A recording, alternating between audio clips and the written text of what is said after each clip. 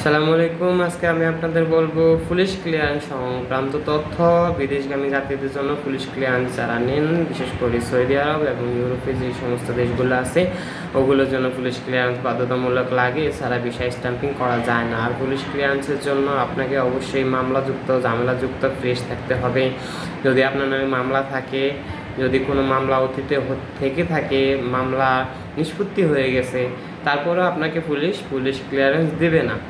যদি মামলা শেষ হয়ে যায় তাহলে আপনাকে অবশ্যই মামলার নিষ্পত্তিনামা দিতে হবে থানায় জমা, তখন আপনি পুলিশ ক্লিয়ারেন্স পাবেন। চলমান মামলার জন্য আপনি পুলিশ ক্লিয়ারেন্স পাবেন না, সেক্ষেত্রে আপনি ইউরোপ অথবা সৌদি আরবের দেশগুলোতে যেতে পারবেন না। অন্যান্য দেশের জন্য পুলিশ ক্লিয়ারেন্স বাধ্যতামূলক নয়।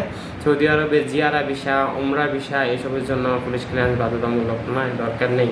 আর পুলিশ ক্লিয়ারেন্সের জন্য দরকার হচ্ছে আপনার পাসপোর্টের একটা fresh copy, scan copy, ID কার্ডের এনআইডি কার্ড অথবা জন্ম নিবন্ধনের একটা স্ক্যান ফ্রেশ কপি, আর হচ্ছে আপনার চেয়ারম্যান সার্টিফিকেট যদি থাকে, চেয়ারম্যান সার্টিফিকেট দেওয়া লাগে, অথবা উপজেলা থাকলে, শহরে থাকলে তাদের ওয়ার্ড কাউন্সিলের সার্টিফিকেট লাগে।